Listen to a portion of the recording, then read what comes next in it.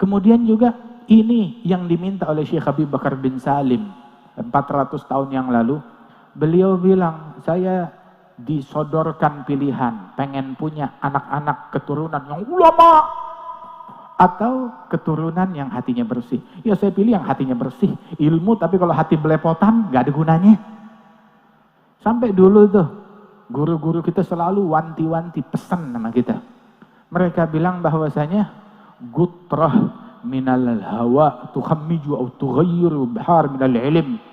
Setetes hawa nafsu merusak segentong ilmu, merusak lautan ilmu jadi busuk gara-gara setetes hawa nafsu.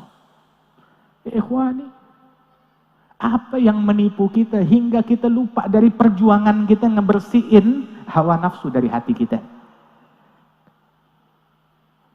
Kita ngira diri kita udah merdeka, tapi kita masih diperbudak. Kita diperbudak oleh mata kita pengen lihat yang haram. Diperbudak oleh telinga kita pengen dengar yang haram. Diperbudak oleh mulut kita pengen ngomong yang haram. Diperbudak oleh nafsu kita pengen benci, pengen dengki. Belum, ini kita baru ngomong nih dosa yang begini. Ada lagi dosa yang orang gak pernah bertaubat, jarang bertaubat dari dosa ini sebab gak dianggap dosa. Itu sampai sebagian aulia bilang, yuk kita taubat kepada Allah dari dosa yang mana orang tuh jarang bertaubat dari dosa ini. Dosa apa? Hubbud dunia, cinta sama dunia, terobsesi oleh duniawi. Orang jarang taubat dari hubbud dunia. Willah ada dosa, ada kegelapan di dalam hati. Waliyadzubillah min dzalik. Kita sibuk sama apaan?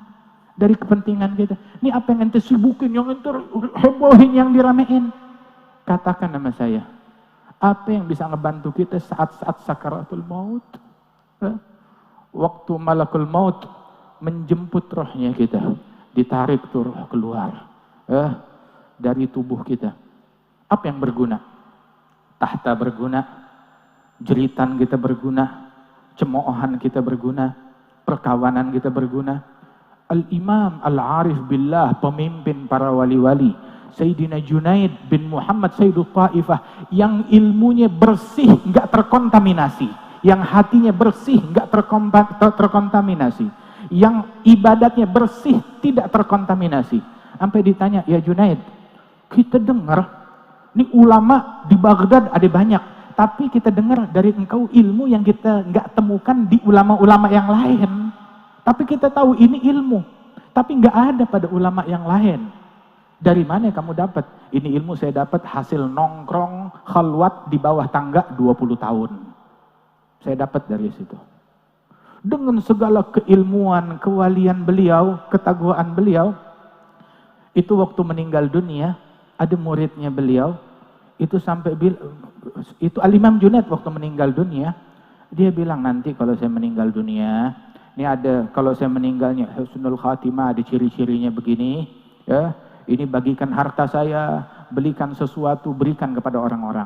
Begitu biar pada ngumpul terakhir setelah saya meninggal dunia. Sebab saya khawatir, kalau saya udah nggak ada, lu nggak pada ngumpul lagi kayak begini.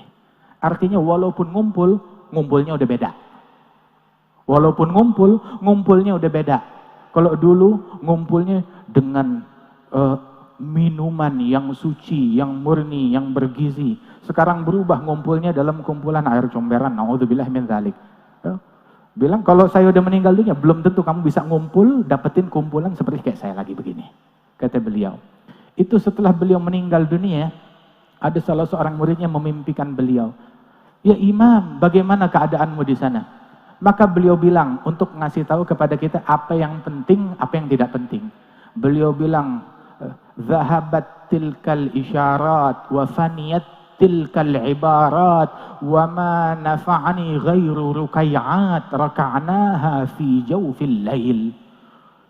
Omongan saya, orasi saya, pidato saya, ceramah saya habis, semuanya sia-sia, hilang.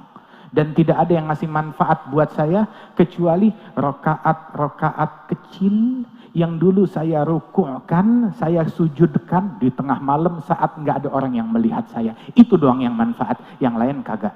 Ami Abdul Qadir bin Muhammad bin Ahmad al-Haddad al-Hawi bilang, Junaid emang ngomongnya apa sih? Emang dia ngomong apaan? Ngomongnya ilmu, ngomongnya ma'rifah. Satu kalimat dari Junaid mengangkat seorang murid ke derajat yang paling tinggi di sisi Allah Subhanahu wa taala. Tapi dia bilang celoteh saya habis. Enggak ada gunanya kecuali rakaat yang saya rukukan di tengah malam. Radhiyallahu anhu wa ardhah.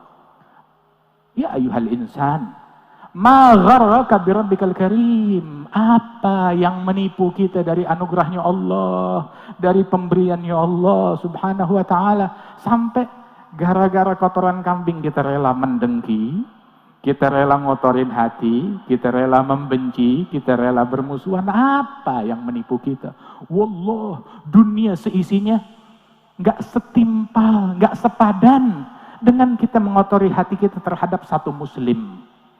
Apalagi 2 muslim, apalagi 3 muslim. Apalagi sampai mengkafirkan orang lain. Waliyadzubillah min dzalik. Sayangin diri kita. Kalau kita nggak bisa sayang sama orang lain, sayangin diri kita. Jangan dikotorin, jangan dinodai, jangan kita rela masuk ke dalam api neraka. Gu anfusakum wa ahlikum naro. Selamatkan diri kita dari api neraka.